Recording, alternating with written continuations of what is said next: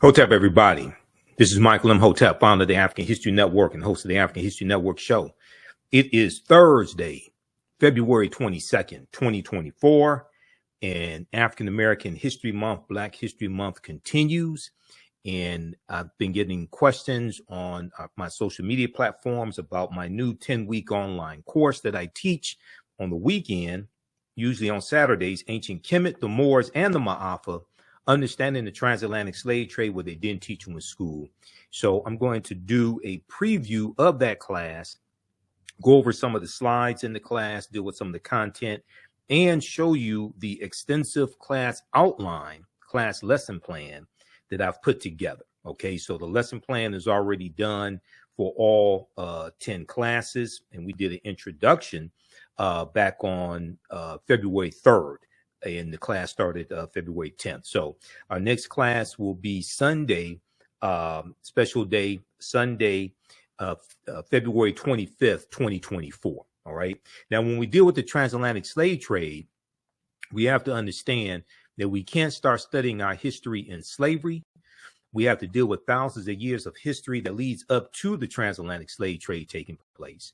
And we have the class lesson plan on our website, AfricanHistoryNetwork.com, so you can review the entire 10-week lesson plan.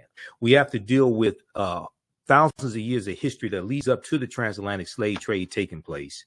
And we have to deal with the 800-year occupation of Europe by the Africans known as the Moors, who take the teachings from ancient Kemet, ancient Egypt, into Europe. And these teachings bring Europe out of the Dark Ages. Okay, so this class, I started teaching it in 2017. I've been studying history over 30 years. This class evolved out of a 4.5-hour lecture that I did back in January 2014.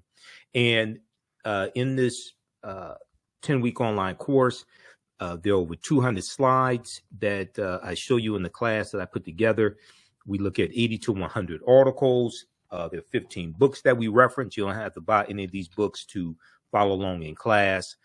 The video clips that I show you as well, interviews that I've done with many of our scholars, like Professor James Small, Professor Kabahaya Watakamane, Runoko Rashidi, etc. Dr. David Imhotep also. Okay, so this is a fantastic class. You can register for this class at our website, AfricanHistoryNetwork.com, AfricanHistoryNetwork.com. Class is on sale right now, $80. We do the sessions live. All the sessions are archived and recorded. You can go back and watch it anytime. And in class session number 2, we looked at some history dealing with African American History Month. We know February is Black History Month, African American History Month, created by Dr. Carter G. Woodson in February 1976. February 1926. It started February 7th, 1926. We know Dr. Carter G. Woodson was the co-founder of the Association for the Study of Negro Life and History, which is now the Association for the Study of African American Life and History, ASALH. We know he was a prolific writer. He wrote numerous books. His most popular book, The Miseducation of the Negro, in 1933. And I also talked about this year's annual theme for African American History Month, which is African Americans and the Arts. African Americans and the Arts. Okay, so we talked about that as well.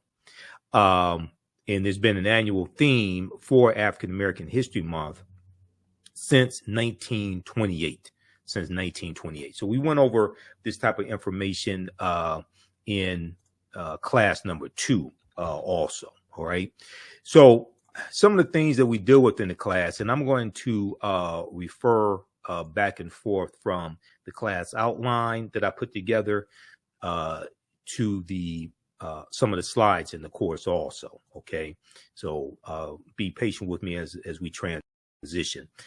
With the origins of Black History Month and Dr. Carter G. Woodson, we talked about Dink Nesh, which means you are amazing in Amharic, and this was Australopithecus afarensis, These remains at the time that they were found in Ethiopia in 1974 were the oldest remains of any human. This was a pre-human, what's looked at as a pre-human. Australopithecus afarensis. Her remains date back 3.2 million years. There's a global timeline of history that we use in the class also that comes from blackpast.org. So they have a good timeline of history. We talked about the Berlin Conference of 1884 and 1885. Where these European nations come together to divide Africa, to continue to rape Africa of the mineral wealth, and so they can stop fighting and killing each other over the mineral wealth of Africa. So we deal with some of that history. I talked about a little bit of the history of Juneteenth. June 19th, 1865, Major General Gordon Granger goes into Galveston, Texas. And there was a good article from the New York Times that dealt with how most Americans don't understand the history of Juneteenth. Now, this article came out in, it was about June of 2021 when this article came out. But one of the things that people don't seem to understand, and this is why one of the reasons why it's so hard for us to get any type of reparative justice, any type of reparations, okay, any substantial type of reparations, is because Americans are very ignorant of history, okay? Americans are very ignorant of history, regardless of race or ethnicity. So there was this good article from the New York Times. Most Americans know little or nothing about Juneteenth, poll finds, and it found that 60% of Americans knew little or nothing about Juneteenth. And I would argue that most of what they think they know is false, because Juneteenth was not the last day of slavery, okay? Because June 19th, 1865, when Major General Gordon Granger delivered General Order Number 3 in Galveston, Texas, and then he and his troops of almost 2,000 Union Negro soldiers go all throughout Texas to bring Texas back into the Union, okay, because Texas had seceded from the Union. Well, the 13th Amendment is what legally frees the slaves and what legally ends chattel slavery in this country. The 13th Amendment was not ratified until December 6, 1865, when Georgia ratified the 13th Amendment. Okay. The Emancipation Proclamation did not free the slaves. That's January 1st, 1863. And we, in the class, we look at it, and I tell people to go to archives.gov and read the Emancipation Proclamation, or go to LOC.gov, Library of Congress website, and read the Emancipation Proclamation, because it specifically tells you that the territories that are in rebellion, those territories that belong to the Confederacy, those slaves would be free if those territories did not come back into the Union by January 1st, 1863. But it gives exceptions. It gives exceptions to the border states, Maryland, Missouri, Kentucky, and Delaware. They were allowed to keep their slaves. Okay. Maryland did not abolish slavery until November 1864. Okay. And that had to be put on the ballot. They had to vote on that. The Emancipation Proclamation did not free the slaves. So one of the things that we do in this class, from class number 1, is dispel a lot of myths that are out here dealing with history. Okay. If you read, this is an article that we look at in the class. The not quite free state, Maryland dragged its feet on emancipation during the Civil War. Now, this is from Washington Post, September 13th, 2013. Interestingly enough, September 13th is the day before September 14th, 1814, when Francis Scott Key wrote The Defense of Fort McHenry, which was a poem that became known as the Star Spangled Banner. And you see the video that I did dealing with the Black National Anthem and the Star Spangled Banner, how Francis Scott Key was a white supremacist slave owner who thought that African people were mentally inferior, and how the Star Spangled Banner the whole song is a white supremacist song, not just the third stanza. Okay. But the vote was, the final vote was 30,174 in favor of freeing the slaves to 29,799 against. November 1st, 1864, Maryland slaves were declared free only a few months before Congress would approve the 13th Amendment abolishing slavery. Now, this is almost 2 years after the Emancipation Proclamation. So there's a lot of this history in mainstream media that I hear being repeated during Juneteenth, all this stuff that's just false. Now, Juneteenth is very important. It's very important that Juneteenth became a federal holiday. One, that's the only federal holiday that acknowledges slavery. Okay. You do have Emancipation Day, which is April 16th. Okay. But that's recognized not as much. That's largely celebrated in Washington, DC. Why is April 16th significant? April 16th, 1862, that's when the Compensated Emancipation Act of 1862 was signed into law by President Abraham Lincoln. It passed Congress, passed the House, passed the Senate. It was a bill sponsored by an abolitionist, Senator Henry L. Tyler, out of Massachusetts. But this bill abolishes slavery in the District of Columbia, and slaveholders in the District of Columbia were paid reparations of up to $300 for each slave that they own. Okay. And as Tremaine Lee on MSNBC talked about Thursday, February 22nd, 2024 on Alex Wagner's show, and he has a podcast dealing with reparations on MSNBC, MSNBC's website, and dealing with podcasts. You had a few, maybe 5 or 6 African Americans who owned slaves because they bought family members out of slavery in the District of Columbia, and they collected on reparations also. Now, the slaves were never, those slaves that were freed were not given reparations. Read this article here from this is from Senate.gov. The Zen Education Project has one, but the one from Senate.gov has more information. Okay. Senate.gov is the official website of the U.S. Senate. Landmark legislation, the District of Columbia Compensated Emancipation Act. So I hear people misstate what happened. And I hear people say, I've been on panel discussions, and, you know, I've been on, you see me on Roland Martin Unfiltered on Fridays. I've been on, it's been over 3 years. I started October 20th, 2020, and been on almost every Friday since then. I hear people say, oh, slave owners were given reparations during slavery here in the U.S. The slaves weren't given anything. Okay. This only applied to the District of Columbia. This is why we have to do more research. And this is why a lot of this stuff floating out here dealing with reparations, don't take this the wrong way. A lot of this stuff, Senator Henry L. Wilson, I should say, Senator Henry Wilson, a lot of this stuff is not going to go anywhere.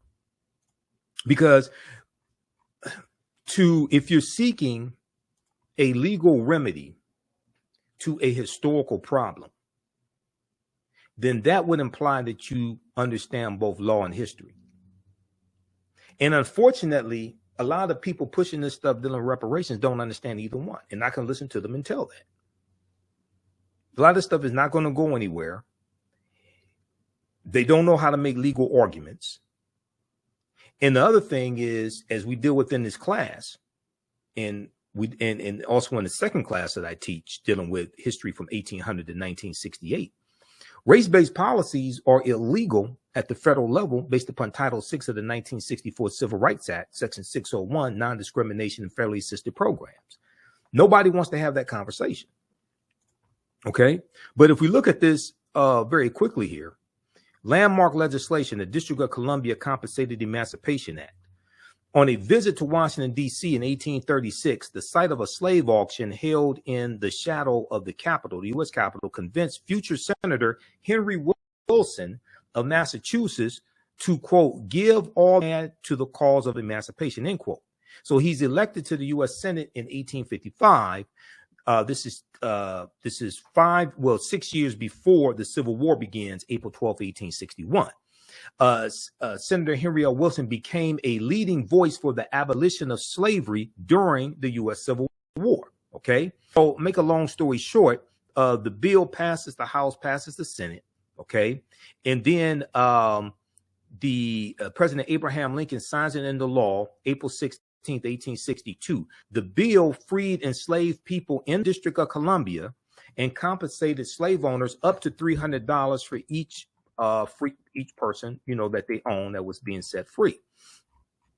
Now, the Hartford Daily Courant, Courant, celebrated that, quote, not a slave exists in their shackles have fallen, never to be restored, quote.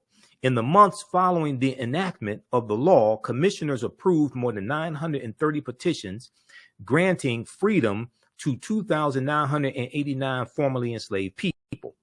DC Emancipation Day has been celebrated in the District of Columbia since 1862.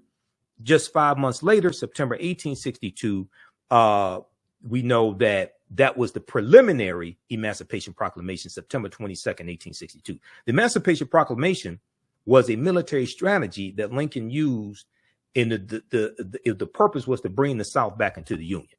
Okay. All right. Now, so read this here at Senate.gov. Senate.gov is the official website of the U.S. Senate. So there are 80 to 100 articles that we look at in the class. We go deep into this history. Okay. And in the second class that I teach on Sundays, we have that class starting up in June. Black resistance movements from the Haitian Revolution, U.S. Civil War, Civil Rights Movement, Black Power Movement, 1800 to 1968. We focus in on that period of history and get deep into this history also. Okay.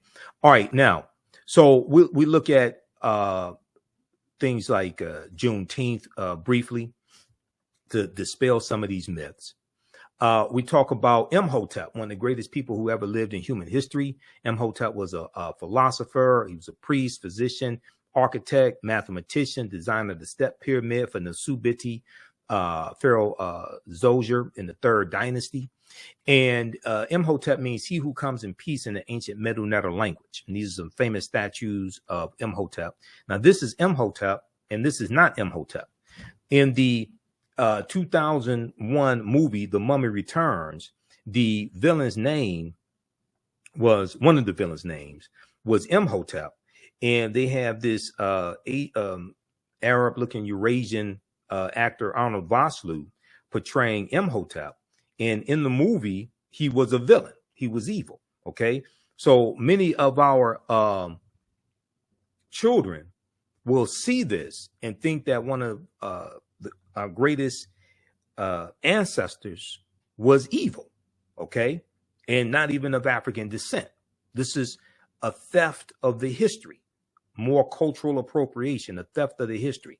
Here's a picture of the step pyramid that Imhotep was an architect of. This was for Nasubiti Zoser in the third dynasty. And there's a couple of books also on Imhotep we reference in the class. This one right here by Dr. Malefe Kete Asante, who's a friend of mine. I just interviewed Dr. Asante in April of 2023, dealing with the whole Cleopatra the Seventh controversy and the documentary that Jada Pinkett Smith did in the series African Queens. The Egyptian philosophers, Ancient African Voices from Imhotep to Akhenaten. Okay, excellent book. They talk about all these philosophers: Ptahhotep, Imhotep, Kagimni, Sanchi, all these before Aristotle, Socrates, and Plato. Okay, and Imhotep, we see around 2700 BC he lives. Depending upon which timeline of history you look at, the timelines of history can be 200 to 300 years off. But we know at least 130,000 years of our history has been stolen. Okay, so I'm going to go back to the course outline. And once again, the course, as I said before, the course outline, we have it right on the homepage of our website, AfricanHistoryNetwork.com. Right at the top when you see the information for this class. So you can register for this class right now. We do the sessions live. All the sessions are archived and recorded. You can go watch it. You can watch it anytime, even after the 10-week online course is over with. You can go back and watch the entire class. Okay. So as soon as you register, you can watch the 2 previous classes and get caught up and join us Sunday, February 25th, 2 p.m. Eastern Standard Time. We go through and look at the different dating systems of BC and AD popularized by an English monk named the Venerable Bede. We look at the 1619 Project. We talk about that some and how a lot of what we know, a lot of what we've been taught about 1619 is false. Okay. And we go through and break that down. And then we deal with the date. Even though 1619 did take place, August 20th, 1619, 29 Negroes are on, or 29 Africans are on the White Lion pirate ship. Okay. The White Lion pirate ship, which was an English pirate ship. A lot of the history surrounding 1619 is false. And when we look at the work from Dr. David Imhotep, who wrote the book, The First Americans Were Africans, Documented Evidence, and who was a friend of mine as well. We know he passed away in 2023. We see that African people have been in the land we call the United States of America going back at least 51,700 years. All right. Now, in 1619, codified slave laws didn't even exist in any of the 13 colonies. Codified slave laws. The first colony to have codified slave laws is going to be Massachusetts in 1641. Comes to Virginia around 1660. It hits the different colonies at different times. The mistake that is made when we retell this history is we think this whole system of slavery existed in all the 13 colonies as soon as those Africans got off the ship. That's not the case at all. And if you read chapter 2 of Before the Mayflower by Lerone Bennett Jr., this is the 6th edition, he lays out a lot of that history. And we see the way we think this history evolved is not actually how it happened. Okay. And that's why you have to study Bacon's Rebellion in 1675, 1676. But this is a historical marker here at in Point Comfort in Virginia. And there's a good article called Much of What We've Been Told About Virginia's 1619 First Africans is Wrong. 1526 doesn't get talked about enough. And you had the Spanish who were trying to set up a permanent settlement here in the Georgia, South Carolina area. And they take 100 African slaves into that area in 1526. Those Africans are going to have a revolt and disappear. It's believed they went to go live with Native Americans. But this is 93 years before Jamestown, Virginia. How is it fixed? 1526 doesn't get talked about. But like I said, African people were here for tens of thousands of years before slavery existed. And we were here for thousands of years before the people who we call Native Americans came into existence. If you read The First Americans Were Africans, Documented Evidence by Dr. David Imhotep, and his new book came out in late 2021, The First Americans Were Africans, Revised and Expanded. On page 14 of his first book, he lays out evidence from an archaeological discovery in 2004 by Dr. Albert Goodyear in Allendale County, South Carolina, that shows an African presence dating back at least 51,700 years ago.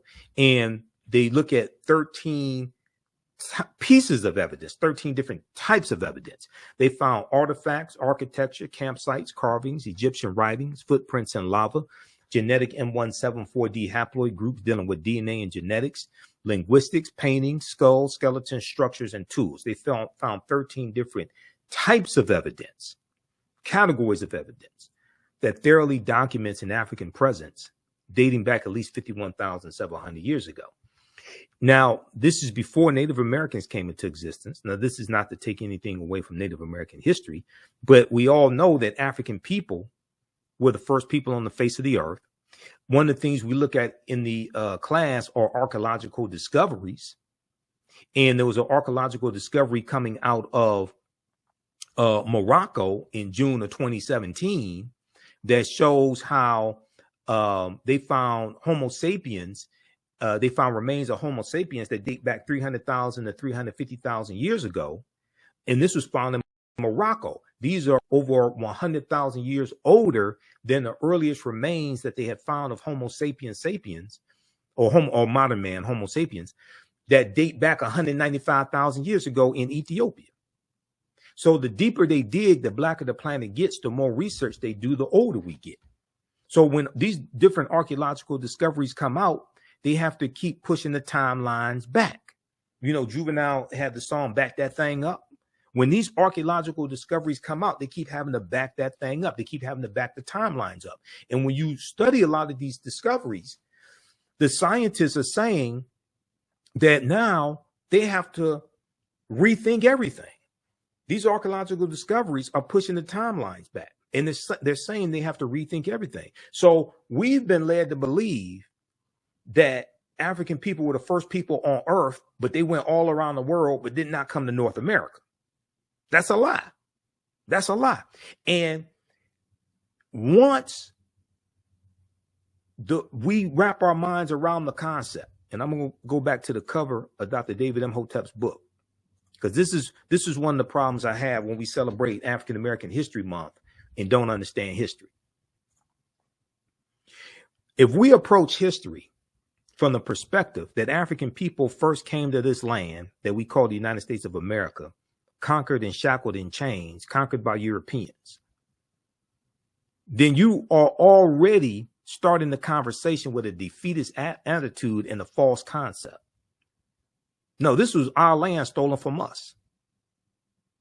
This was our land stolen from us. Once we wrap our minds around the concept, because the research has already been done, and you have European archaeologists like Dr. Albert Goodyear who tell the truth. Once we wrap our minds around the concept that this was our land stolen from us, and we did not first come to this land conquered and shackled and chained, you would have a seismic shift overnight in the conscious level of African people in America. Now, this is not saying the transatlantic slave trade did not happen, because you got some people out here that don't study history, don't study chronology of history, and say, well, because Africans were already here, that means transatlantic slave trade did not happen. That's false. All that stuff happened. We were just here tens of thousands of years before we were told that we came here. Okay? And one of the things we do in the class, we look at where Christopher Columbus goes on his voyages, and Columbus never came to the land that we call the United States of America. That's another lie that's told.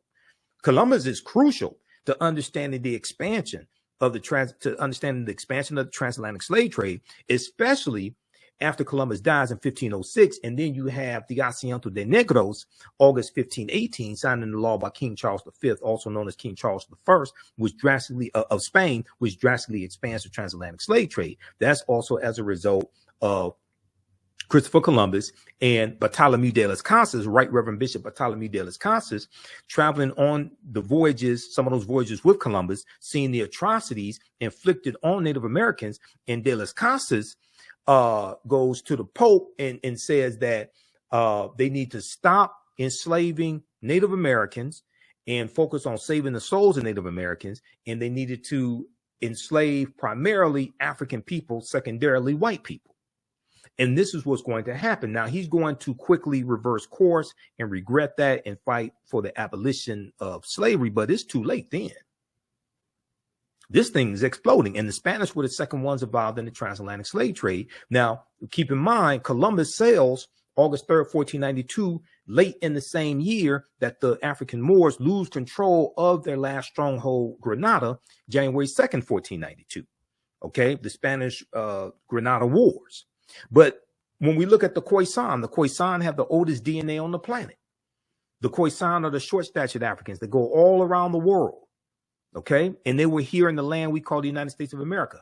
Now, an October 2012 genetic study published in Science magazine found that the Khoisan in Southern Africa are the oldest ethnic group of modern humans, with their ancestral line originating about 100,000 years ago.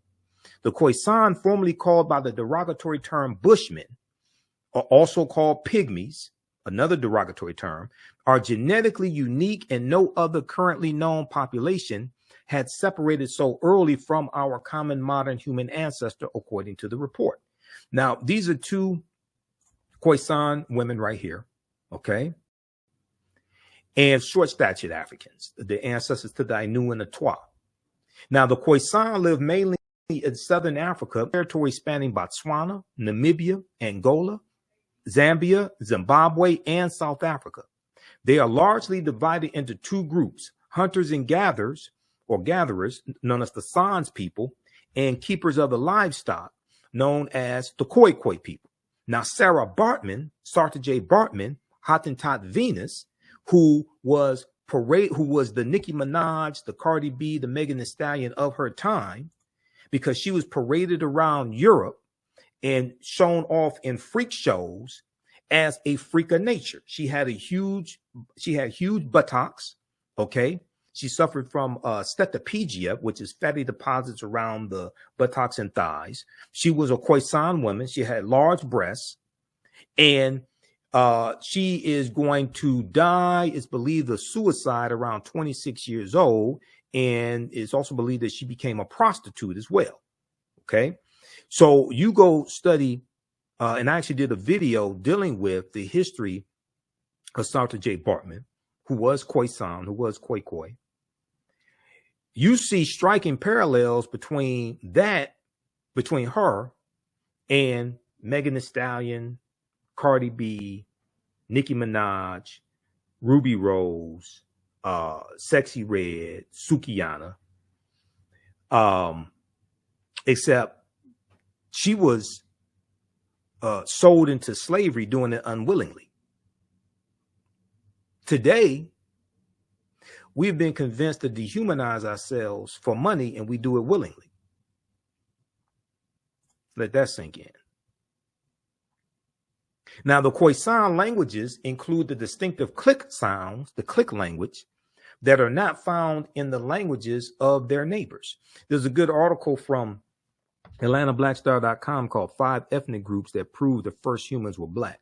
5 ethnic groups that prove the first humans were black. Okay. So we go through and look at this history, look at archaeological discoveries, all different types of things like this, and provide you with the evidence. Okay. And if we go back here to the course outline, and like I said, I've been teaching this class since 2017, and the course has evolved immensely since 2017. Okay. And here, this is the first time that I've taught the class when I have the whole course outline completed up front and published as well. Okay, so you all can check this out at our website, AfricanHistoryNetwork.com. You can register for this online class right now. The content is PG-13. You can use this information with your children also. Okay. We talk about the film Black Panther. The film Black Panther deals with African history, African culture, African language, African spiritual systems. There are 11 different African cultures that we see represented in the film Black Panther, but also the language spoken in the film Black Panther is a Bantu language called isiXhosa. Okay. isiXhosa is a real African language. So we deal with that. And then we talk about the skit from the Richard Pryor show, 1977, where Richard Pryor is a Egyptologist, 1909, this 1909 in Egypt. And this deals with why the history and culture, or why all this was stolen. He comes across the book of Coming Forth by Day, or what they call the book of life in the skit. So we talk about Bantu languages as well, like Kwanzaa is a Bantu language. And there's also a piece that deals with Black Panther Wakanda Forever is rich in mythology. And it talks about the real life African and indigenous inspirations behind what we see in the film Black Panther. Okay. One of the things I deal with early in the class is the term African American. And we go through early on to dispel a lot of this misinformation that's floating around out here. A lot of people, and I don't know where this lie started, but a lot of people are under the misinformation, under the misimpression or misinformation that the term African American was created by the Reverend Jesse Jackson. That's blatantly false. Now we know Reverend Jesse Jackson, as well as other African-American scholars, reintroduced the term African-American in the late 1980s, right around 1988, 1989. Okay. But as I posted on Facebook, and I posted it again today, this is an excerpt from the book Malcolm X Speaks. And we know we just commemorated the 59th anniversary of the assassination of Malcolm X, February 21st, 1965. In the Ballad of the Bullet, April 3rd, 1964, when Malcolm delivers the Ballad of the Bullet in Cleveland, Ohio, at Corey Methodist Church, he uses the term African American. And on page 36 of this book, in the Ballad of the Bullet, he uses the term African American. And what I'm going to do is, let's see here. Let's throw this up. Try to expand this as much as I can.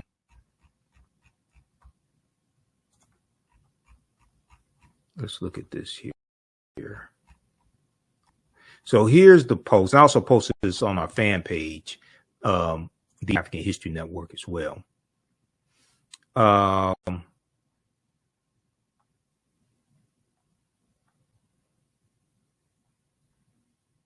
Right here. Let's go to this. Okay, I said, for some reason, people are shocked when I tell them that Malcolm X used the term African American in the speech, the Ballad of the Bullet, April 3rd, 1964, in Cleveland, Ohio.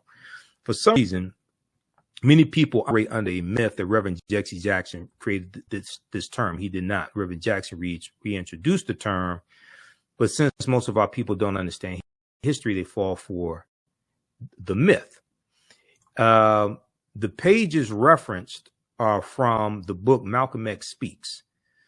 It looks at some key speeches he made in 1963 to 95. I think it's also important to note Willie Lynch never historically existed, and the Willie Lynch letter 1712 has proven to be a fraud, which is true. Willie Lynch never historically existed. That's one of the biggest frauds in history.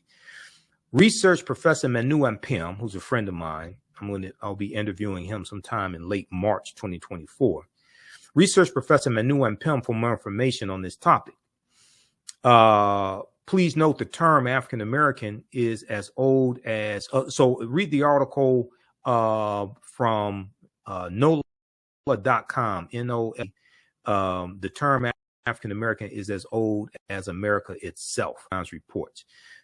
But when we look at this here, this is from pages 36 and 37 of the Ballad of the Malcolm X Speaks, the book Malcolm X Speaks, edited with prefatory notes by George Brightman. And Malcolm says, right now in this country, if you and I, 22 million African Americans, that's what we are, Africans who are in America, you're nothing but Africans, nothing but Africans. In fact, you get farther calling yourself African instead of Negro. Okay. But check this out.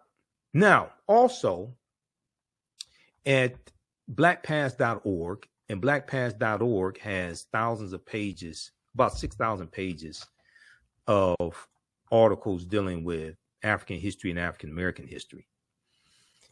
They have the transcript of the Ballad of the Bullet speech, and let me see which date is this, because Malcolm gave that speech a few times. He delivered it April 12th, 1964 in Detroit, Michigan at King Solomon Baptist Church.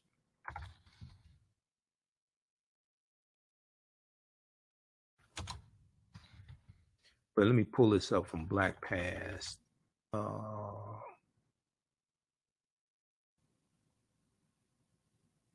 I was just looking at it a couple of days ago. And actually, do I have the link in here? Hold on, I thought I had the link. in one of these, I posted the link. Oh, there was a post I did dealing with Malcolm commemorating his the day of his assassination, and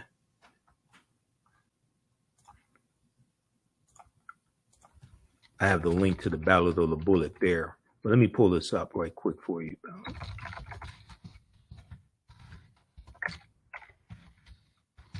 This is at blackpast.org. I want to show people this because, once again, like I said, a lot of us don't understand this history.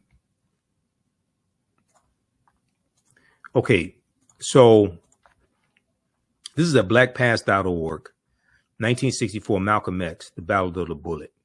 This is the version from April 3rd, 1964 in Cleveland, Ohio. All right. And if we go here, right here, right now in this country, if you and I, 22 million African Americans, that's what we are, Africans who are in America. Okay. This is Malcolm. We were using the term African Americans in the 1960s. I don't know where this lie started that Reverend Jesse Jackson created that term. Professor James Small, one of my teachers personally, he told me personally that he said we were calling ourselves African Americans in the 1960s. So let's, during African American History Month especially, can we please expose these myths and stop spreading these lies? Willie Lynch never historically existed. Jesse Jackson did not create the term African American. African people did not first come here August 20th, 1619. Yes, August 20th, 1619 did happen, but we were here for thousands of years before that. Okay. All right. How you all like this type of information? Give us a thumbs up, give us a heart, give us a like on this broadcast. Who still needs to register for this 10-week online history course that I teach? Normally we do it on Saturdays, 2 p.m. to 4 p.m. Eastern Standard Time, or 5 p.m. Eastern Standard, 2 p.m. to 5 p.m. Eastern Standard Time. But I am speaking at a Black History Month celebration that my fraternity Phi Beta Sigma is doing along with our sisters, the Zeta Phi Beta Sorority Incorporated. And it's going to be at, it's this Saturday at Mary Grove College. So I won't be able to teach the class on Saturday. So we're going to do it Sunday, February 25th, 2 p.m. Eastern Standard Time. So you can register for the class right here. Just click right here, register here. And on the next page, just click on enroll. And like I said, we have the class lesson plan here, lays out all 10 classes. Okay, so you can see the type of information that we're going to cover. We have the information to register for the class in the thread of the broadcast also. And I'm going to post it here as well. Okay, yeah, class number 3. And we do the sessions live. All the sessions are archived and recorded. So you can go back and watch this anytime, watch the classes anytime, even after the course is over with. You'll still have full access to the class. Okay, so you don't lose that. So a year from now, 2 years from now, you can go back and watch the entire course. Okay, and I should change that. It's going to be next class. It's going to be Sunday, February 25th. Here we go. All right, let's continue here. Let's continue looking at here at the course outline.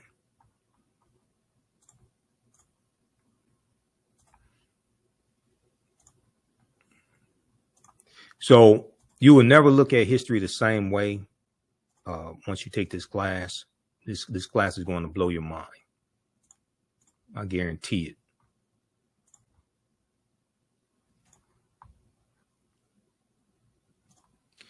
All right, so we look at the term African American, and the earliest recorded usage of the term African American goes back to 1782 in Philadelphia, Pennsylvania. I talk about the pyramid principle, okay? Because when I teach with two of my teachers, Dr. Leonard Jeffries and Professor Teach, they talk about the pyramid principle. And I use this in a lot of my lectures. And the reason why is it helps us get a better understanding of how to use the history and culture. Okay. It's more than just speaking African languages, wearing African clothing, playing djembe drums, eating African food, things like this, right?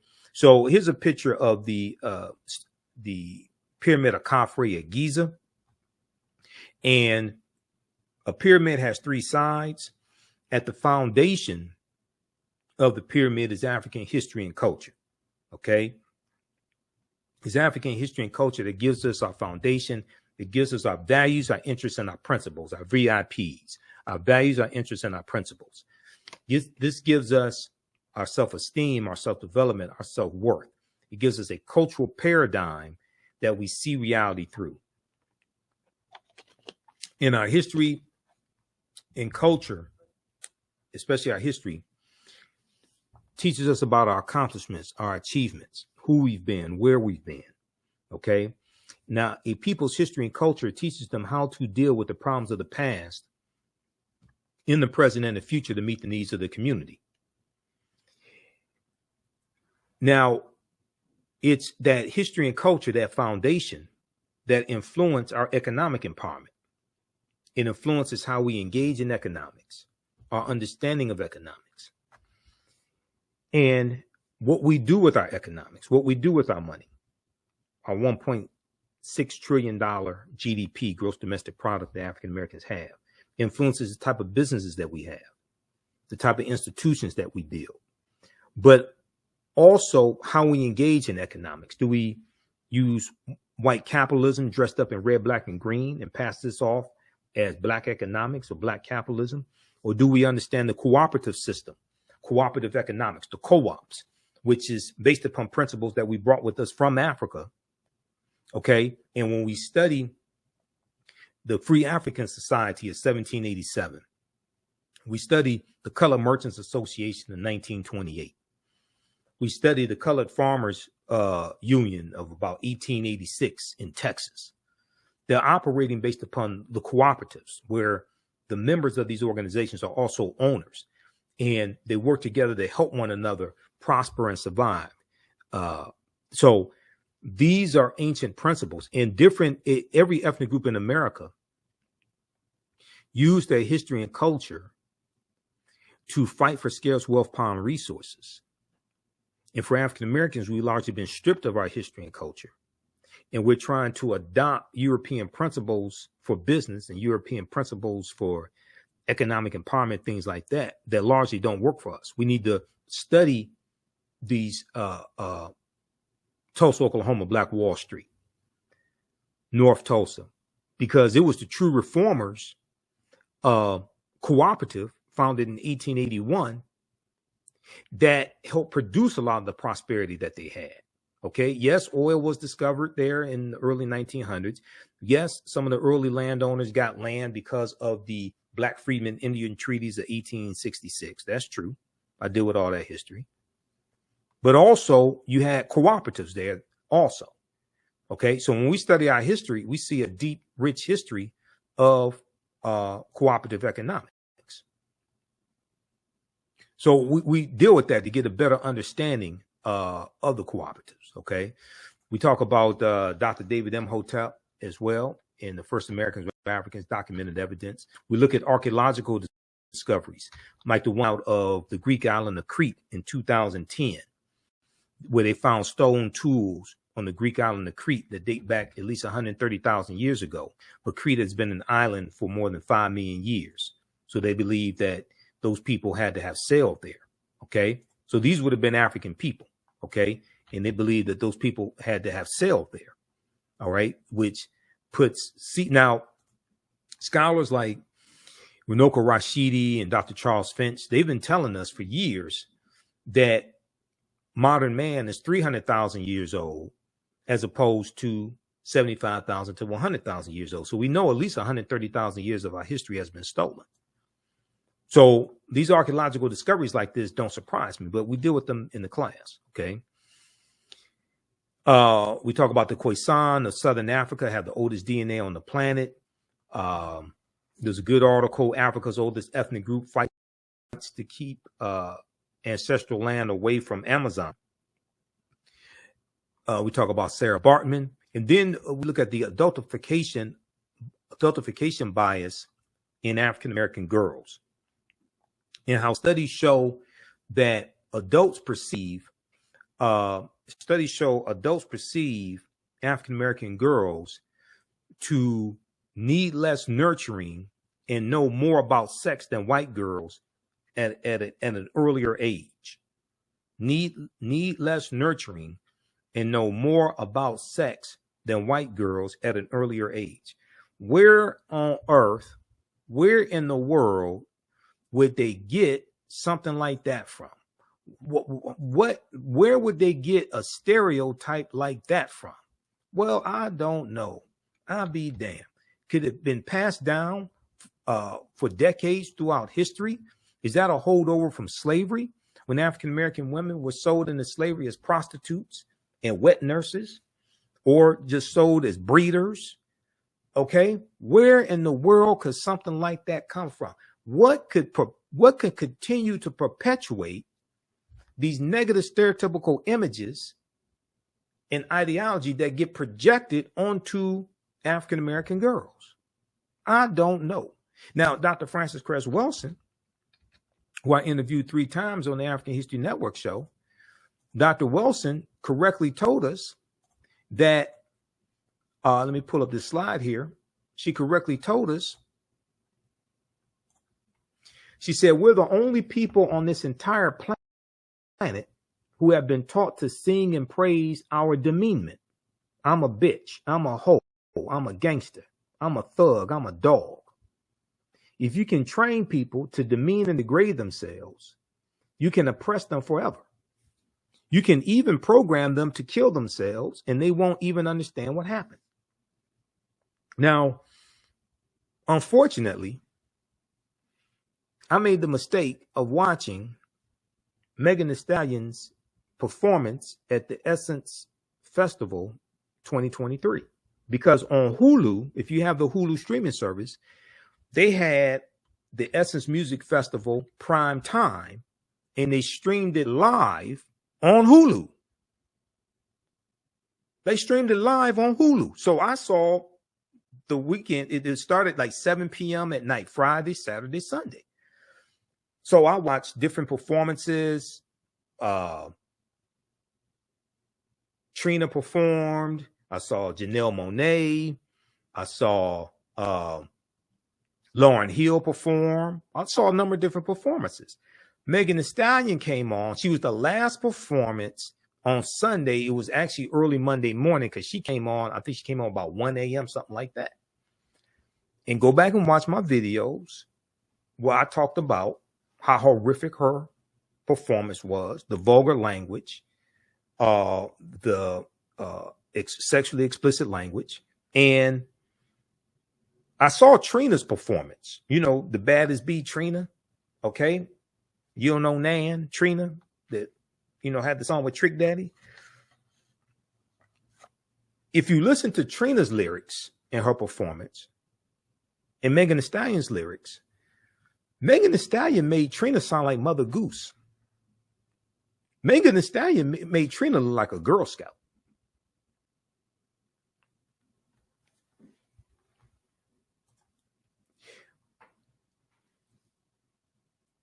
We think we're progressing in this area of the music. No, we're not. We're regressing. And the music is being weaponized against us. And too many of us don't understand history enough to understand the warfare that is being waged against us through the media, through the music. If you want to destroy a nation, you do it through the music, because the music hits the youth first. And they're least equipped to be able to fight back against it, to understand what's going on.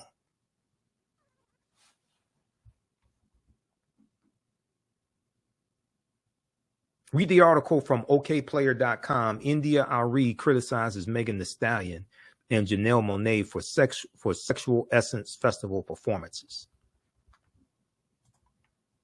Also, watch my critique of the song WAP by Cardi B and Megan Thee Stallion, where I said they will only allow Negroes to put out music like this. They're not going to allow they will never allow Taylor Swift to put out a song like that, because you only protect what you respect. You only protect what you respect. They will never allow a top white female artist to put out sexually explicit lyrics like that, because they know it will bring about the mistreatment of white girls and white women. Now, yes, is there some mistreatment of white girls and white women? Yeah, ain't nothing like black women, nothing like the mistreatment of black girls. And they know if you put out music like that, it justifies the mistreatment. That's why they only allow us to do that. I had somebody say, oh, but Madonna had lyrics. Yeah, show me lyrics from Madonna as sexually explicit as what? From Cardi B and Megan Thee Stallion. They got 60 million views over the first weekend that the video was released and uploaded to Cardi B's YouTube channel. He got 13 million views the first day. It was released on a Friday. That weekend, it got 60 million views. Show me something equivalent that white people are doing, sexually explicit like that, that blows up on social media like that. They don't do that, because you only protect what you respect. They allow Negroes to do that because that's how they expect us to act, because that's how we've been programmed.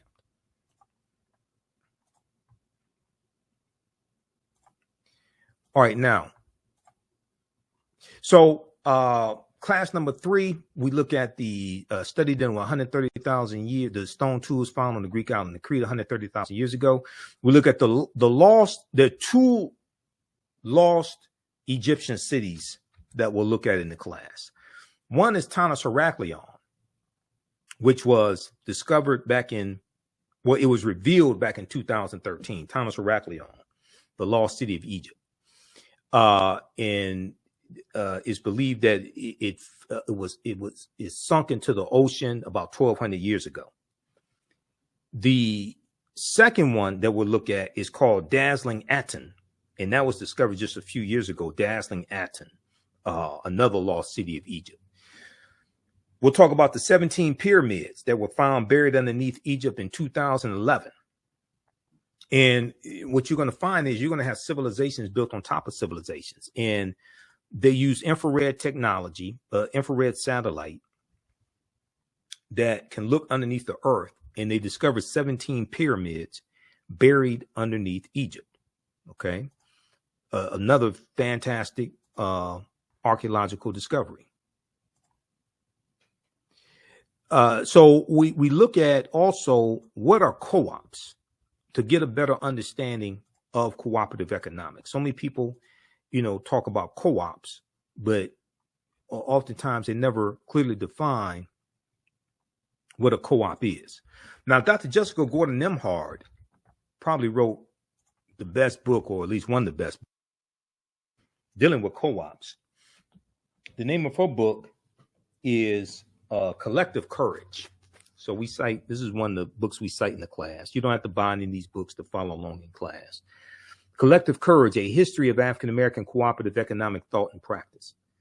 And I interviewed Dr. Jessica Gordon Nembhard back in 2014 because she was speaking here in Detroit. I interviewed her, and in the book, she gives example after example of example throughout our history of us using co-ops. And this is a part of history that is not talked about a lot. But what are co-ops? The Black cooperative movement has always been parallel to the Black liberation and civil rights movement. We've mostly heard about the political side of the movement, but you can't name a major Black political leader that didn't point to cooperatives as a pathway to freedom. There's a good article, and this is this article right here probably, I think, was when I first found out about Dr. Jessica Gordon Nembhard, before I did the interview with her. It's called Stop Saying Black People Don't Support Each Other Economically. This is from newsone.com, June 30th, 2014. Okay.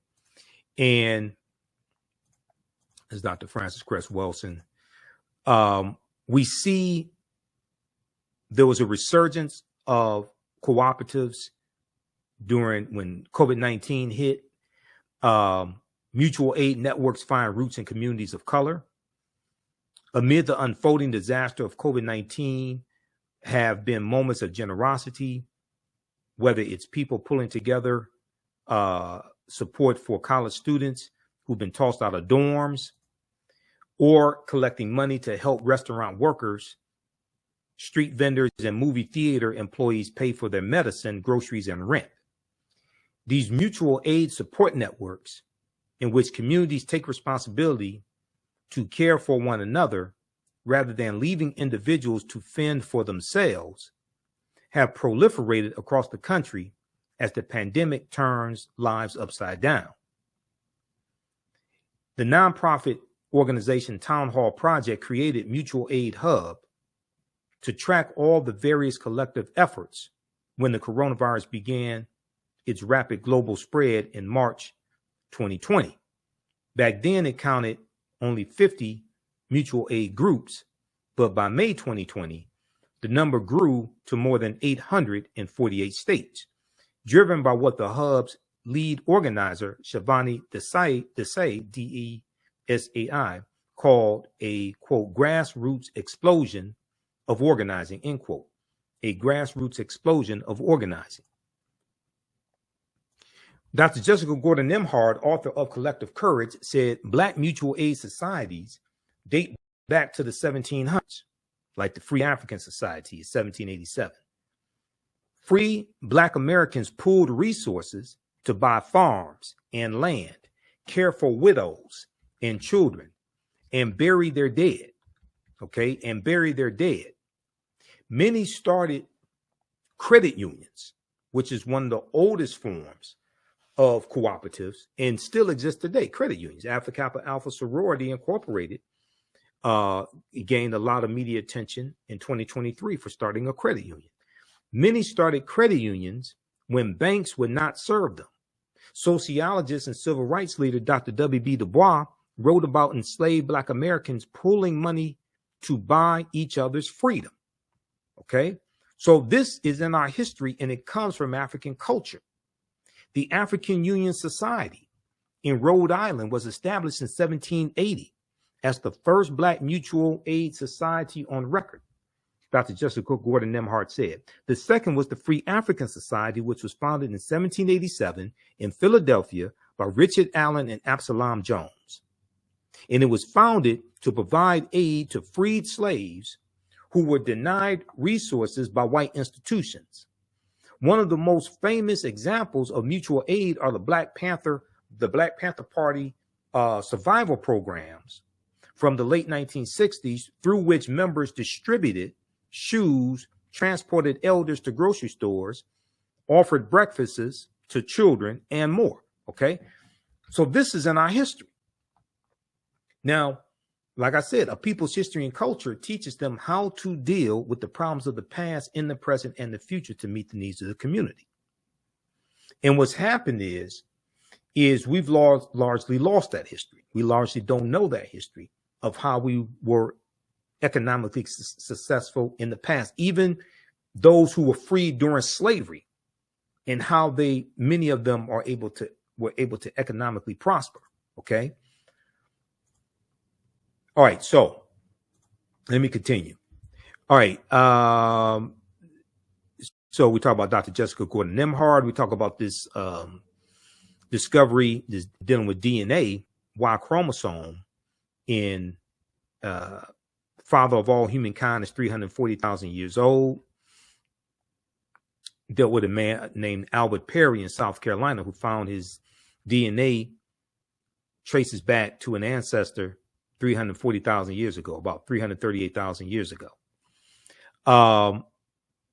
We're older than we thought. New find pushes human origin back 100,000 years. This is the article from NBCnews.com. Now, when these archaeological discoveries take place, all the news outlets have these articles. NBC, ABC, CBS, MSNBC, CNN, NBC News. A lot of times, even Fox News has articles on this. Now, on cable news, you may only see 30 seconds to a minute, if that. But All these news outlets, you go online, they have articles on these archaeological discoveries. We talk about the African presence in Asia and the Khoisan, Sara Baartman, Dr. J. Baartman. Another discovery, mastodon skeleton found in California, dates back about 130,000 years ago.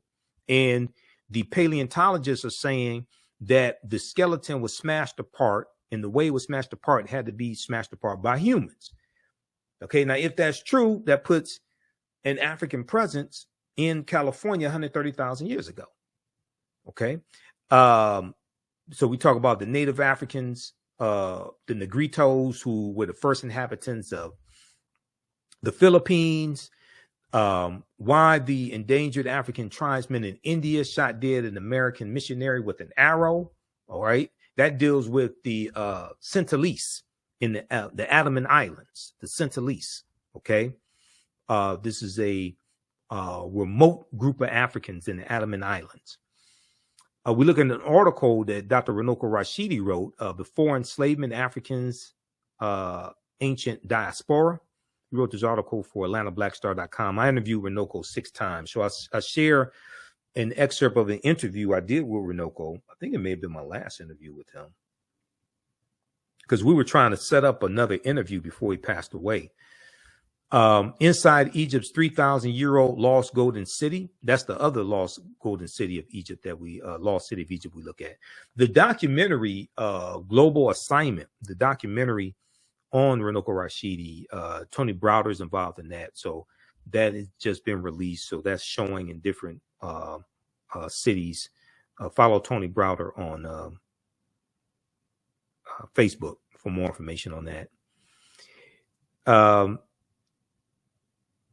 And then we talk about the judgment scene coming out of ancient Kemet as well, where we see the balance of the scales and the scales of Ma'at by Anpu or Anubis, the jackal-headed deity. We look at an excerpt from the first Americans were Africans documented evidence dealing with the Olmec heads in Mexico and the Mandinka Egyptian Olmec connection. There's an excerpt from the Rock Newman show, Black Egyptians Entered America 2,500 years ago. It was an interview he did with Tony Browder. And we deal with, way before Columbus, ancient Malayans from Mali sailed to the Americas. That was in 1311 AD. That was the year before Mansa Musa becomes emperor of the Mali Empire, which was 1312 AD. Okay. So we go through and we look at a timeline of history. We go through and look at these articles that deal with some ancient history to get a better understanding of how all this history evolves. We look at some ancient African civilizations. We talk about Kemet, Egypt, Nubia, Zimbabwe. We go through and look at this history. Okay. Ancient Nubia, founded around 4,500 BCE, which is the mother of Kemet, mother of Egypt, the first monarchy in recorded history. We talk about a little bit about the Kandakis and Amana Shikito, Queen Amana Shikito. Egypt on the Tony Browder is a fantastic book, and we spend some time looking at that as well. Egypt on the Potomac, because Egypt on the Potomac deals with how the layout of Washington, D.C. is based upon the layout of ancient Kemet, ancient Egypt. All right. And many of the founding fathers referred to Washington, D.C. as Egypt of the West. Okay. Egypt of the West. So when we look at the Washington Monument, that's 555 feet tall. The Washington Monument is a copy. It was actually a ancient African symbol of resurrection called a Tekken, coming from the story of Asar, Aset, and Heru, who the Greeks called Osiris, Isis, and Horus. And there were about 1,200 Tekkenu all throughout ancient Kemet, ancient Egypt. Okay. Today, they're less than 12 today. Today, they're less than 12. So we see a picture here of a Tekenu, or a Tekken for singular, Tekenu for plural. We see this here in Egypt, and we see that they've been taken to other cities around the world. Tekenu from ancient Egypt, taken to cities around the world. London, England, New York City, Paris, France, as we see the ones here. There's a good article from face-to-faceafrica.com called Cleopatra's Needle, How 3 Ancient Egyptian Obelisks Ended Up in New York City, London, England, and Paris, France. And in this, an excerpt of the article says, ancient Egyptians called obelisks Tekenu. Now you will see Tekenu spelled a few different ways. And they were also used to tell the time in the past. They were also used to tell the time in the past.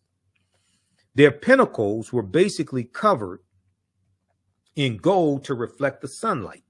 Historians say that obelisks represented immortality and eternity, and their long structure helped connect the heavens and the earth. Currently, Cleopatra's Needle is the name given to 3 ancient Egyptian obelisks, one in New York City, one in London, England, one in Paris, France. However, they do not all come from one Egyptian site. Okay. The obelisks in New York and London are carved out of red granite from the quarries of Aswan, a major source of stone for Egyptian antiquities.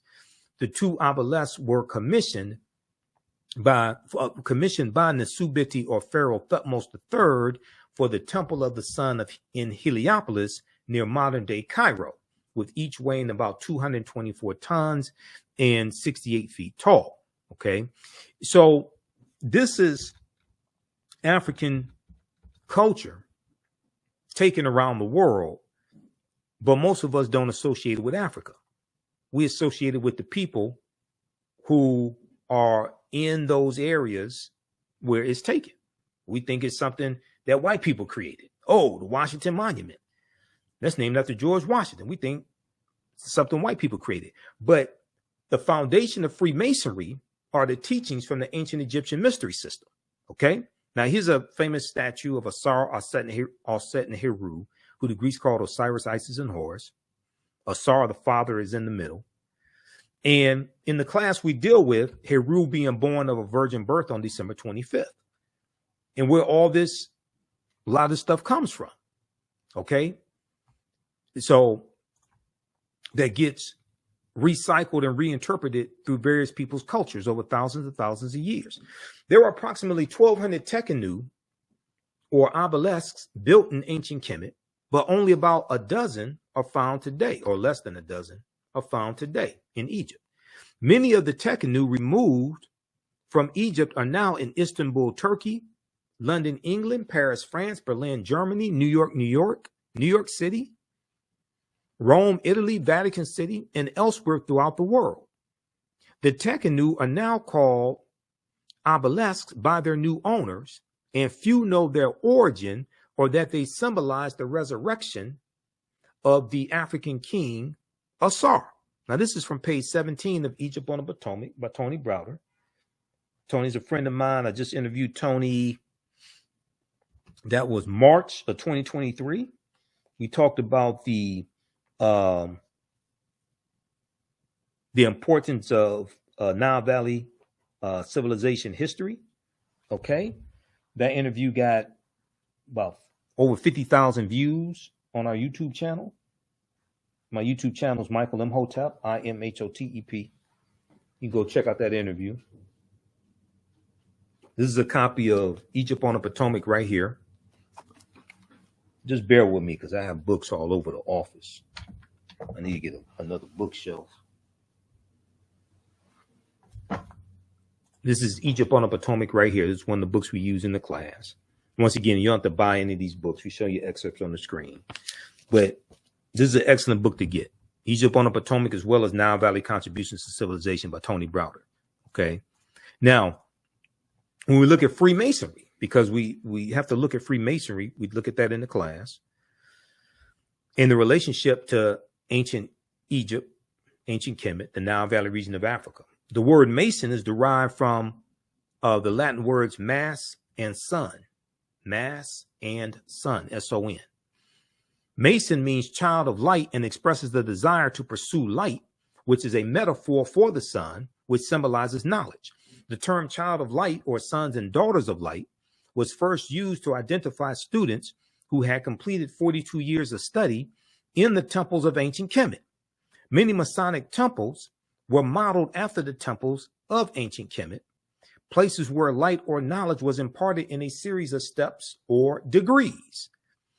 So the whole concept of going to institutions of higher learning and getting your credentials in a series of degrees, associate's degree, bachelor's degree, master's degree, PhD, that whole concept comes out of ancient Kemet, in the ancient Egyptian mystery system, out of the temples, where they went to study for 42 years. The concept of liberal arts, okay? And in Stolen Legacy by George G.M. James, he talks about the 7 liberal arts and the arithmetic and the logic and things like this. He talks about the quivium and the quadrivium, the trivium and the quadrivium, I think it is. But all that comes out of the Nile Valley region of Africa. We associate most of this stuff with Europeans. They learn from us. They learn from us. This is why, if you've seen any of my information dealing with the fight for what people call reparations, reparative justice,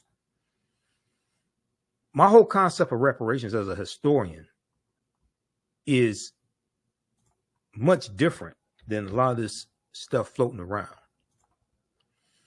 The reason why, first of all, you have to understand the root concept of reparations means to repair, to make you whole again, to restore you to a state before the damage that was done, to repair a harm that was done. Okay.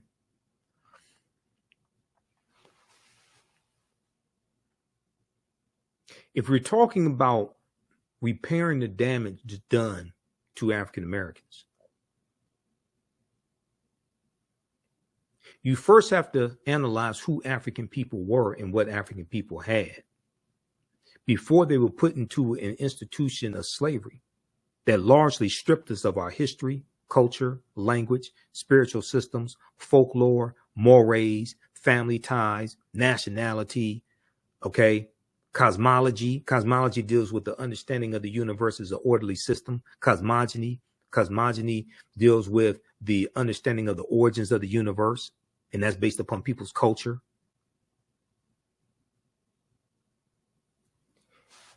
You have to analyze who we were before we were put into the institution of slavery and what we had.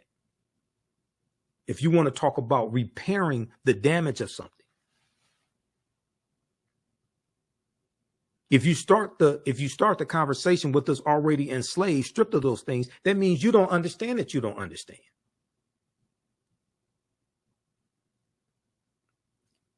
This is why trying to equate reparations with cash payments only, and you think you can repair that damage with just cash payments, and you're going to give a people who've been stripped, who most of us still hold the last names of our former slave masters and have been taught to hate ourselves, who have been psychologically damaged. If we all got $1 million a day, white people will have it all back by this time next week. And you haven't repaired the damage because you haven't properly assessed the harm that was done because you don't understand the history. Very few people want to be honest enough and say this. I don't give a damn. I'll tell you the truth. I'm not trying to raise money for the next reparations conference. I'm going to tell you the truth. Secondly, you have to understand the history of the laws and policies put in place that inflicted the harm in the first place. This is why the California Reparations Task Force, their final report that came out June 29, 2023, is so important. Their 1,000-page report that lays out 12 harms, okay, and lays out 115 policy recommendations. This is why that's so important, because they are looking at fairly analyzing the damage that was done, okay, and they're talking about remedies for the damage that was done. This goes way beyond cash payments. People operate based on people haven't. I can listen to people tell they haven't done the research. So they just equate the damage that was done to cash payments. No, you don't understand the history. So my Kwanzaa presentation I did December 27th, 2023 at King Solomon Baptist Church.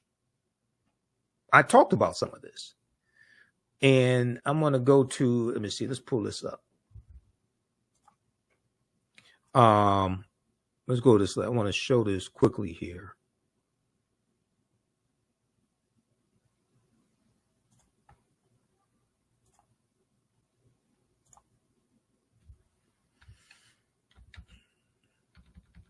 Because most people haven't read the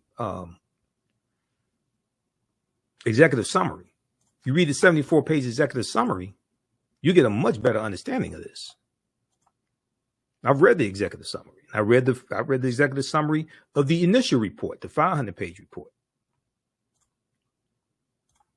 The California report highlights a history of moral and legal wrongs.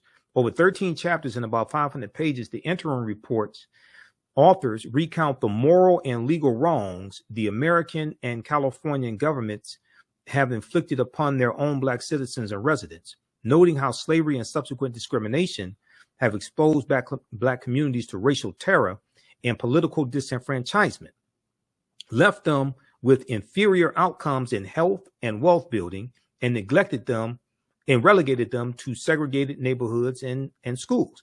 Now, California became a state in the Union in 1850. When they became a state in the Union, they abolished slavery. Now, historians have identified at least 1,500 people who were in some type of semi-slavery state or status. Some people put the number at 4,000. California was not Texas. In June of 1865, when Major General Gordon Granger goes into Texas to deliver General Order Number 3, which we commemorate during Juneteenth, there were 250,000 enslaved Africans in Texas. California is not Texas. California's history is totally different than Texas. But the reparations reactionaries haven't studied the history. So they think California is the same as Texas and Mississippi, Alabama. No. But California does have a deep history of racism. Okay, racism, segregation, redlining, housing discrimination, political disenfranchisement, etc. So they lay out 12 harms here in their final report. Well, in the interim report and the final report. 1, enslavement. 2, racial terror. 3, political disenfranchisement. 4, housing segregation. 5, separate and unequal education. 6, racism in environment and infrastructure. Okay. 7, pathologizing the Black family. 8, control over creative, cultural, and intellectual life. That deals with our royalties being stolen from us in like the music industry. Okay. That's what that's talking about. 9, stolen labor and hindered opportunity. 10, an unjust legal system. 11, mental and physical harm and neglect. 12, the racial wealth gap.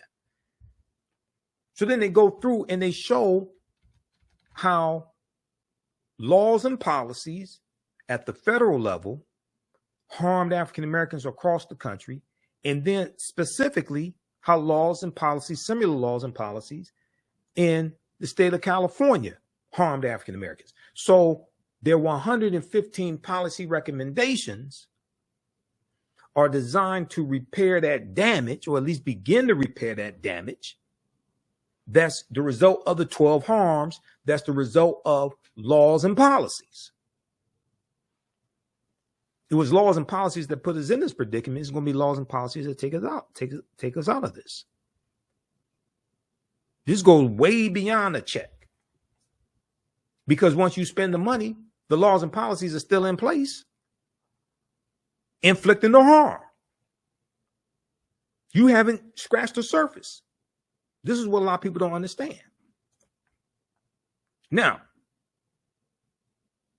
ideally, some form of cash payments can be part of a comprehensive reparations package. Ain't no way in the hell.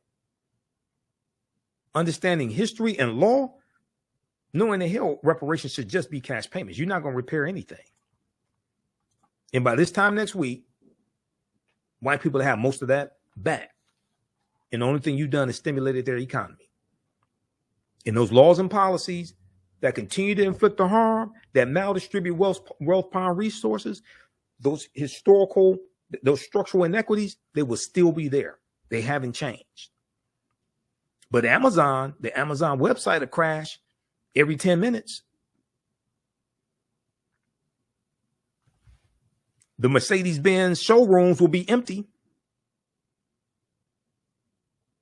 But the health disparities, maternal deaths of African-American women, 3 times more likely to die during pregnancy or pregnancy-related deaths, that'll still be there. When you look at us being discriminated against, when you look at the values of our homes and valued at $48,000 less than comparable white homes, which is a collective $156 billion, as the Brookings Institute documented a few years ago, that'll still be there.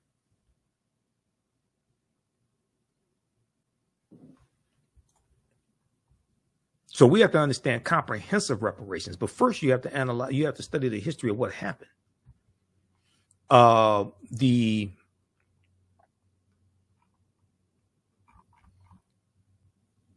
this is the interim report right here.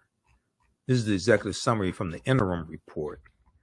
Just Google California Reparations Task Force, it will come up. And then I have the link here also.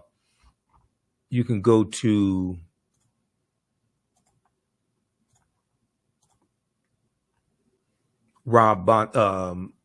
oag.ca.gov, Office of Attorney General, oag.ca.gov. That's Rob Bonta in California. Just search for the California Reparations Report, because they have the final report right here.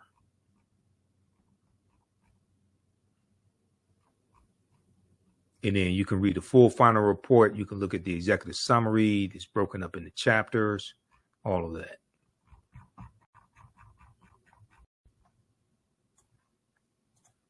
Okay, give us a thumbs up, give us a like, give us a heart on this broadcast.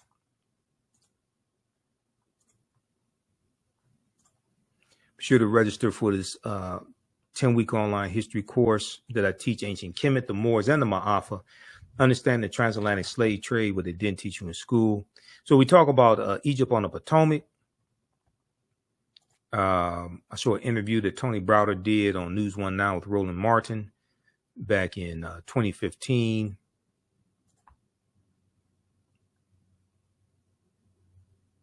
We talk about Abubakar II coming to the Americas also in 1311. Let's see. Class number 6, we deal with the African origins of Star Wars and the Asarian drama, the story of Asar, Aset, and Heru, who the Greeks called Osiris, Isis, and Horus, and how George Lucas, father of Star Wars, had a mentor named Joseph Campbell. And Joseph Campbell wrote a book called The Power of Myths, or The Power of Myth. And Joseph Campbell taught him about all these myths. One of those myths was about Asar, Aset, and Heru.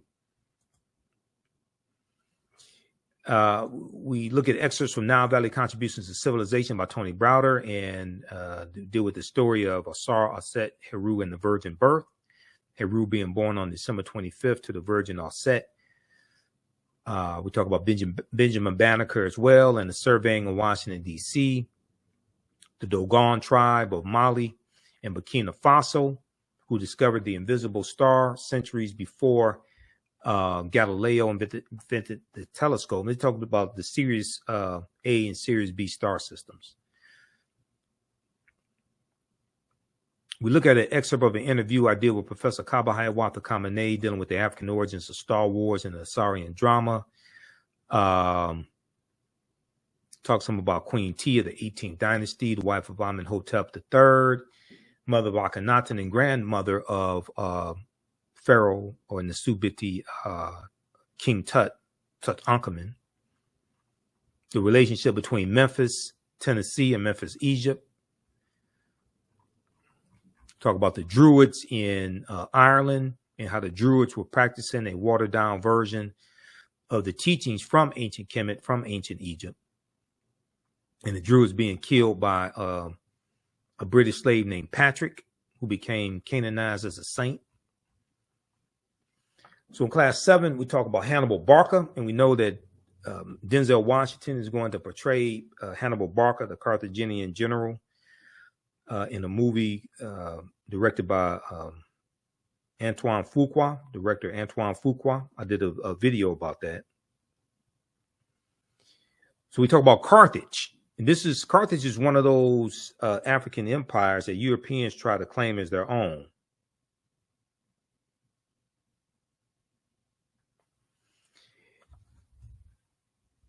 So, and we do a Hannibal Barca, Publius Cornelius Scipio, and the Battle of Zama 202 BC. We talk about the Battle of Cannae 216 BC, one of the greatest military victories in history, where Hannibal defeats the Roman army. The Roman army has about 80,000 men. Hannibal has 50,000. He's one of the greatest military strategists in history. And we deal with why Africa was not named after Publius Cornelius Scipio, because he takes the surname Africanus, and Africanus is Latin, means belonging to Africa. He takes the surname Africanus after he defeats Hannibal Barca at the Battle of Zama in 202 BC. So once again, we have that whole history backwards. We look at the relationship between the teachings coming out of the Nile Valley region of Africa and the development of European secret societies. We look at Joie de Piet, Black Pete, who was a Moor and was the sidekick to Sinterklaas, Saint Nicholas. And this is the precursor to Santa Claus. This is the precursor to Santa Claus. This is where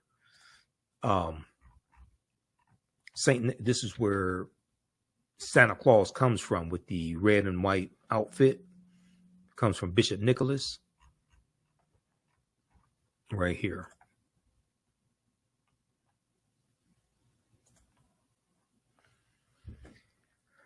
So there's a whole backstory to this myth also. So we deal with that. Let me pull up the slide. So we deal with this also in the class, because this it continues to show the influence of the African Moors. And in the Netherlands,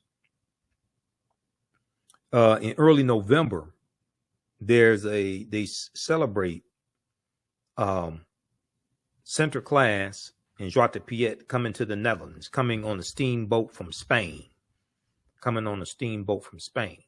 And we know it was the Iberian Peninsula, Spain and Portugal, where the Moors go in 711 AD, led by Tariq ibn Ziyad, and the Moors are going to conquer the southern portion of Spain.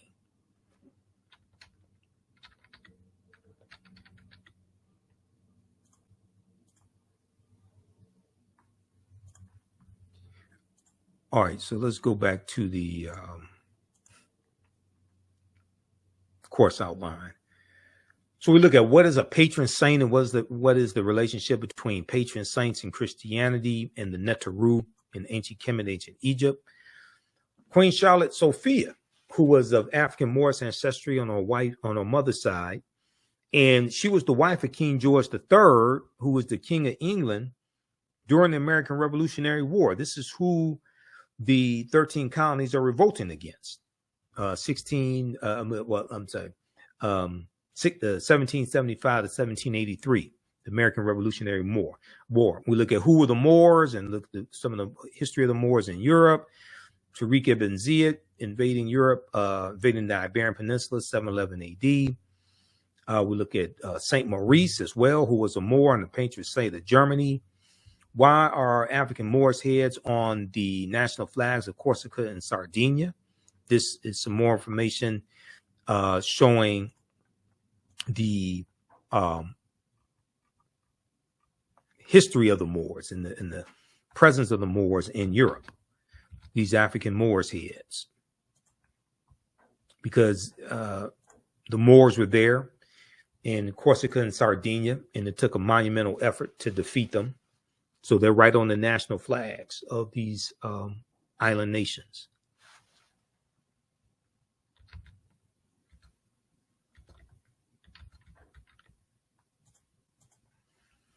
All right, going back to the course outline. So class number 8, we look at how did the Moors lose power in Spain? And one of the books we reference is Golden Age of the Moor, edited by Dr. Ivan van Sertima. I have that book around here somewhere. Oh, right here. Golden Age of the Moor. One of the best books dealing with the history of the Moors during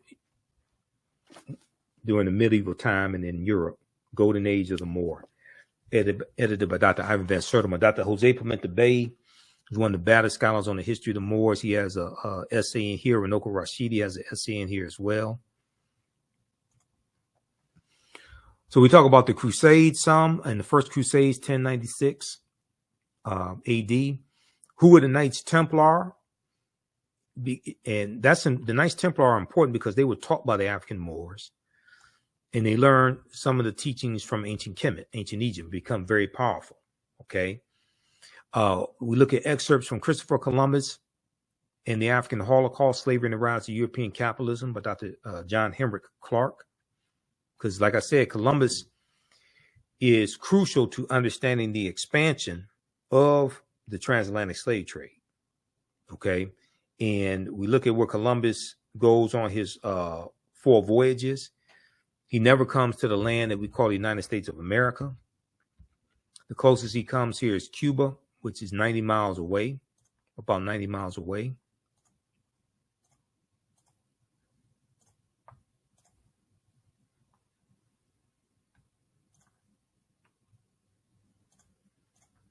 If we look at this here, let's look at this here. Where's Columbus? That's the wrong one.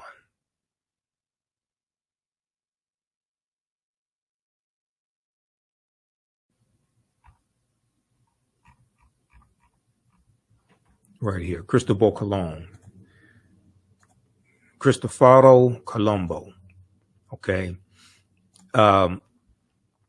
When we look at where he goes on his 4 voyages, and if you go to history.com, official website of the History Channel, and just search for Christopher Columbus, it will show you where he went. He never came to the land we call the United States of America. August 3rd, 1492, he set sail. That's his first voyage. Set sail on the Nina, the Pinta, and the Santa Maria. He goes into the Bahamas, which he calls San Salvador. He goes into Cuba and Hispaniola. We know the western third of Hispaniola is where the island of Haiti is, but all that was a Spanish colony first. And in 1697, the French are going to take over the western third of the island of Hispaniola. And they're going to name it Saint Dominique. But those Africans are going to have a revolt, okay, and call it Haiti, which we call Haiti. Second voyage, September 1493, goes into the West Indies and Boricuan, Puerto Rico, which we call Puerto Rico today. It goes to Jamaica, 1494, conquers all that territory. Third voyage, May 1498, Trinidad and Venezuelan mainland, South America. Fourth voyage, May 1504, he goes into Panama and Honduras in Central America, conquers all that territory. They're going to set up plantations, especially sugarcane plantations. Early, about 1501, 1502, they start taking Africans into those territories and enslaving them. So this is a deep history. And your understanding of politics is directly related to your understanding of history. So when you start getting to this history, especially looking at Spain, things like this, and what Spain conquered, then you start getting a better understanding of what's going on today, especially in the second class that I teach that deals with history from 1800 to 1968. Okay, and then we look at the Portuguese are the first ones involved in the transatlantic slave trade starting in 1441, okay, when they go into what's modern day Mauritania. So class number 9, we look at the doctrine of discovery, Dom Diversis, 1452. What is the papal bull amongst the Catholic Church? The Treaty of Tordesillas, June 7th, 1494, where the Pope divides the non-Christian world between Spain and Portugal and tells them to go out and conquer the non-Christian world.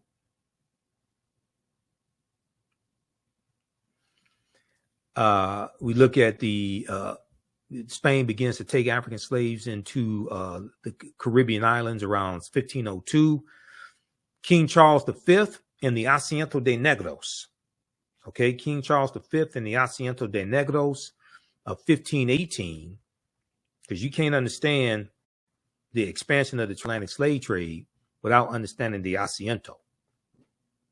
And oftentimes people talk about the transatlantic slave trade and don't mention the Asiento. Okay, that's Spain. And this was a license that the Spanish crown gave to slave traders to supply Spanish colonies with enslaved African people. What was the middle? We look at what was the middle passage of the transatlantic slave trade to get a better understanding of that. And there was an essay that Dr. Maleficenti Asante wrote in 2010, rebuking and refuting Dr. Henry Louis Skip the Truth Gates, as one of my teachers, Dr. Leonard Jeffrey, calls him, because oftentimes he skips over the truth. Dr. Henry Louis Gates Jr. And it deals with Gates is wrong about the African involvement in the slave trade, because Gates wrote this op-ed for the New York Times in 2010 called Ending the Slavery Blame Game. And he makes the false argument that Africans were as equally culpable for the transatlantic slave trade as Europeans, which is totally false. That's a lack of understanding of history. So this is an excellent article by Dr. Maleficenti Asante, who coined the term Afrocentricity back in the 1980s. We look at the role of insurance that insurance companies played in slavery. When did the first African come to America that we know of by name? That was probably Juan Garrido in 1513 in Florida. Comes into Florida with the Spanish conquistador Juan Ponce de Leon. Bacon's Rebellion in 1675-1676 in Virginia, and how it planted the seeds of race-based slavery, but also planted the seeds of racism that we still see evident today. To understand what's going on today, you have to understand Bacon's Rebellion. You understand Bacon's Rebellion and those that group of about 500 rebels who were being exploited on the tobacco plantations in Virginia, and how they unite. You have enslaved Africans, free African Americans, white indentured servants, poor whites, and they realized that they were all being exploited by the same people. Okay, and they had a rebellion, and in December of 1675, they burned down the town of Jamestown, Virginia. December 1675, they burned down the town of Jamestown, Virginia. Okay, now I don't know if this was the inspiration for the song, the roof is on fire. We don't need no water, but it very well could have been. And there's a good article from Britannica.com, the history of the idea of race, the history of the idea of race.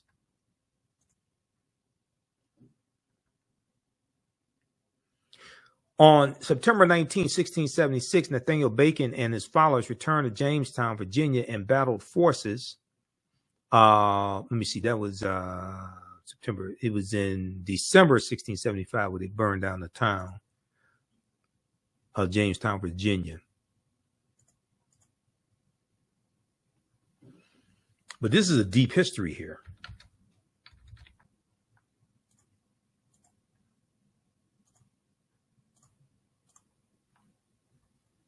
We deal with did African Americans own slaves and why? Because oftentimes we were buying family members out of slavery. Okay. You did have some people that take advantage of that, but when Dr. Carter G. Woodson did his research on this, he looked at 1840, I think it was, 1840, and he found that almost 50%, is estimated that 50% of African Americans that owned slaves, they were buying family members out of slavery. We saw this in Washington, D.C. also when we dealt with the Compensated Emancipation Act of April 16th, 1862. We deal briefly with the fake Willie Lynch letter, 1712, the tragedy of the Lusden slave ship, January 1st, 1738. And look at the origin of negative images in the media and how they're rooted in slavery and minstrel shows. Okay. That's class 10. So this is, like I said, this is a class where we get deep into the history. You never look at history the same way. There's over 200 slides that we look at, slides that I put together myself, 80 to 100 articles.